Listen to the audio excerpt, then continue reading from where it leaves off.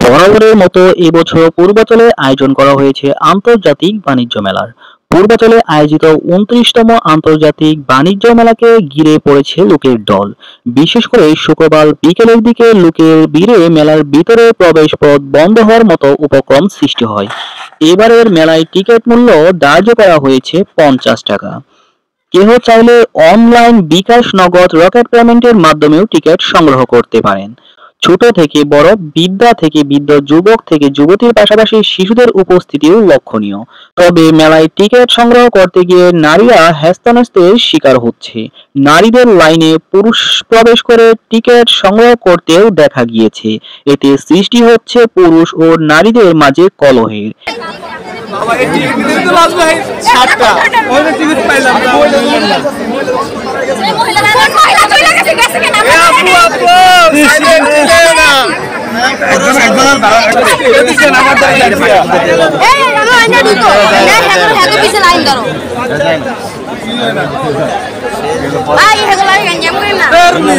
এবারের মেলায় সেবে আইসক্রিমের পান্ডা পুতুলটি নজর কেড়েছে সকলের।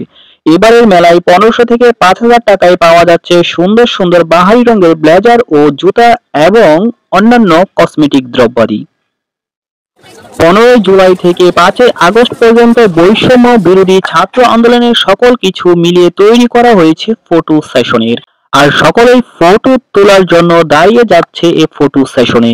মেলার ভিতরের স্টলগুলোতে, বিশেষ করে আইসক্রিমের স্টলগুলোতে অবাক করার মতো ভিড়। এই আইসক্রিমের দোকানগুলোতে পাওয়া যাচ্ছে সকল দামের আইসক্রিম। অপরদিকে জামদানি শাড়ি, কসমেটিক ও ক্লিনিং পণ্যের স্টলগুলোতেও রীতিমতো অবাক করার মতো ভিড়।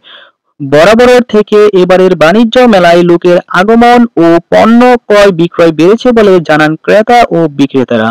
তবে বিক্রেতারা বলছেন তুলনামূলকভাবে পণ্যের দাম বেশি থাকায় কোনো কিছু না কিনেই ঘুরেই চলে যাচ্ছে অনেক লোকজন। এমন বাণিজ্য মেলার আয়োজনে নতুনরা তাদের সংস্কৃতি সম্পর্কে জানতে পারবে বলে অনেকেই জানান। এরকম আপডেট নিউজ পেতে চ্যানেলটি সাবস্ক্রাইব করে সাথেই থাকুন। ধন্যবাদ।